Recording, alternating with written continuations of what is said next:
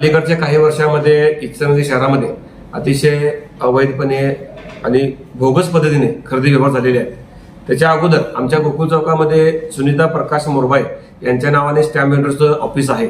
त्यांनी तिथे स्टॅम्प विक्री करतात. पण त्यांच्या ऑफिसमध्ये गेले असता त्यांच्याकडून शासनाने ठरवून दिलेल्या रकमेपेक्षा जास्त रक्कम घेणे एका स्टॅम्प पाठीमागं, त्याचबरोबर परवानाधारक ऐवजी अन्य व्यक्तीकडून सही करून देणे स्टॅम्प आणि बनावट सही करून शासकीय मुद्रकांचा गैरवापर करणे.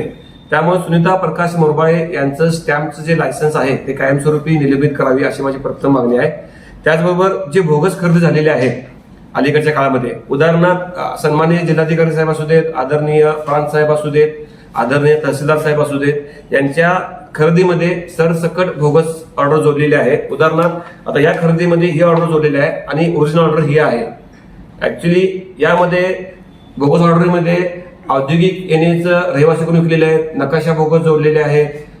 त्यात म्हणजे नकाशा बोगस जोडून औद्योगिक एनए करून म्हणजे सन्मान सर्व सकट म्हणजे जिल्हाधिकाऱ्यांचा सुद्धा त्यांनी मान ठेवलेला नाही आहे, तहसीलदार साहेबांचा मान ठेवला नाही, प्रांत साहेबांचा मान ठेवला नाही. आणि ही खूप मोठी टोळी आहे असं मला वाटते.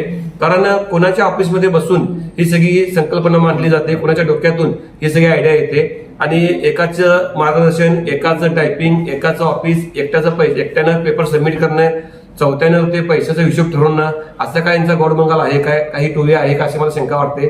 त्याचबरोबर हे सगळं करत असताना ह्यामध्ये शासकीय कर्मचारी आणि अधिकाऱ्यांच्यावर काही दबाव, दमदाटी किंवा त्यांना वेटीस धरून हे सगळे बोगस व्यवहार केलेले आहेत काय अशी मला शंका येते. तसं नसेल तर शासकीय कर्मचारी आणि अधिकाऱ्यांचा सुद्धा यात काय सहभाग आहे काय याची मला शंका येते. त्यामुळे या सरसकट टोळीला अटक केली पाहिजे आणि सगळ्या बोगस व्यवहारामध्ये आळा बसला पाहिजे असं माझं प्रामाणिक मत आहे. धन्यवाद.